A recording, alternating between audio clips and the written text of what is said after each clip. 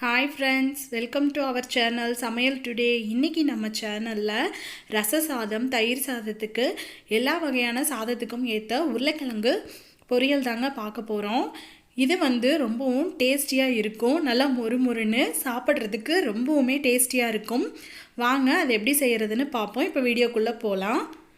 நான் இன்றைக்கி 1/2 கிலோ உருளைக்கிழங்கு நல்லா தோல் சீவி எடுத்து வச்சுருக்கேன். இப்போ இதை நம்ம சின்ன சின்ன பீஸாக நம்ம கட் பண்ணி எடுத்துக்க போகிறோம். உருளைக்கிழங்கு சின்ன சின்னதாக கட் பண்ணி எடுத்தால் தான் சீக்கிரமாக வேகும். இதை நம்ம தண்ணி ஊற்றி வேக வைக்க போகிறது கிடையாது. முழுக்க முழுக்க ஆயிலில் ஃப்ரை பண்ணி எடுக்க போகிறோம் நம்ம. அதனால் ரொம்பவும் சின்ன சின்ன பீசஸாக நீங்கள் கட் பண்ணி சேர்த்துக்கோங்க. பெருசாக இருந்தால் வேகிறதுக்கு ரொம்ப டைம் எடுத்துக்கும். பாருங்கள், நான் இப்போ இதெல்லாம் கட் பண்ணி வச்சுருக்கேன் பாருங்கள். இந்த அளவுக்கு இருந்துச்சுன்னா நமக்கு வேகும்போது நல்லாயிருக்கும். நல்லா மொறுமொறுன்னு கிறிஸ்பியாக வர்றதுக்கு இந்த மாதிரி சின்ன சின்னதாக இருந்தால் தான் நல்லாயிருக்கும்.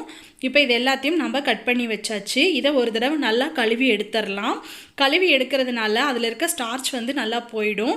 நமக்கு நல்லா கிறிஸ்பியாக கிடைக்கும். அதனால் நம்ம இதை நல்லா வாஷ் பண்ணி எடுத்து வச்சுக்கலாம். சுத்தமாக தண்ணி வடித்து ஒரு பாத்திரத்தில் எடுத்து போட்டு வச்சுருங்க. இது அப்படியே இருக்கட்டும். இப்போ அடுப்பில் கடாய் வச்சு ஒரு 2 ஸ்பூன் அளவுக்கு எண்ணெய் சேர்த்துக்கோங்க. எண்ணெய் நல்லா சூடானதும் கடுகு சேர்த்துக்கோங்க. கடுகு நல்லா பொரிஞ்சதும் ஒரு 1/2 ஸ்பூன் அளவுக்கு கடலைப்பருப்பும் 1/2 ஸ்பூன் அளவுக்கு உளுந்தம்பருப்பு சேர்த்துக்கோங்க. இந்த பருப்பு நல்லா செவக்க வறுத்துக்கோங்க. இது நல்லா செவக்க வறுத்ததும் கடைசியாக 1/2 ஸ்பூன் அளவு ஜீரகம் சேர்த்துக்கோங்க. ஜீரகம் ஃபஸ்ட்டே சேர்த்திட்டோம்னா நல்லா பொரிஞ்சிரும், நல்லா இருக்காது. கொஞ்சமாக கருவேப்பிலை சேர்த்துக்கோங்க. அப்புறமா ஒரு 10 சின்ன வெங்காயத்தை இந்த மாதிரி பொடியாக கட் பண்ணி சேர்த்துக்கோங்க. இந்த பொரியலுக்கு பெரிய வெங்காயம் சேர்த்துறத விட சின்ன வெங்காயம் சேர்த்துனீங்கன்னா டேஸ்ட் ரொம்பவுமே நல்லாயிருக்கும்.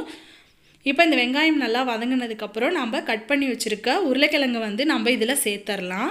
சேர்த்துட்டு நல்லா ஒரு முறை மிக்ஸ் பண்ணி விட்டுக்கோங்க. பாருங்கள், இந்த மாதிரி நல்லா வதக்கி விட்டுக்கோங்க.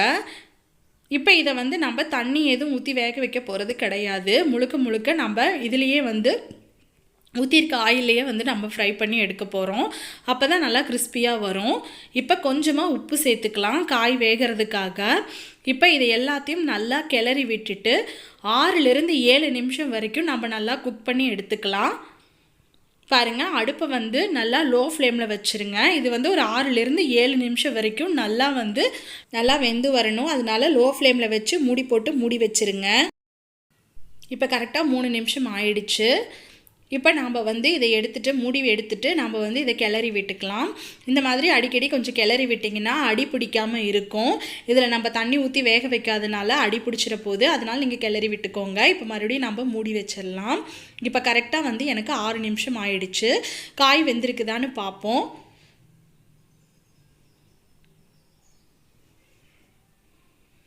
பாருங்கள், இப்போ நமக்கு காய் நல்லா வெந்திருக்கும். நம்ம செக் பண்ணி பார்க்கலாம். பாருங்கள், நசுக்கி பார்க்குறோம். காய் நல்லா வெந்திருக்கு. இப்போ இதில் நம்ம மசாலா ஆட் பண்ணிக்கலாம். மசாலா முன்னமே ஆட் பண்ணால் காய் வேகிறதுக்கு லேட் ஆகும். அதனால் இப்போ பண்ணிக்கிறோம். கொஞ்சமாக பெப்பர் போட்டுக்கலாம். கரம் மசாலா 1/2 ஸ்பூன், ஜீரகத்தூள் 1/4 ஸ்பூன் போட்டுக்கலாம். கொரியாண்டர் பவுடர் மல்லித்தூள் 1 ஸ்பூன், மிளகாய்த்தூள் 1 ஸ்பூன் சேர்த்திக்கலாம். அவ்வளோதாங்க. இப்போ எல்லா மசாலாவையும் நம்ம நல்லா ஃப்ரை பண்ணி எடுத்துக்கலாம். இதில் தண்ணி எதுவும் ஆட் பண்ணிடாதீங்க.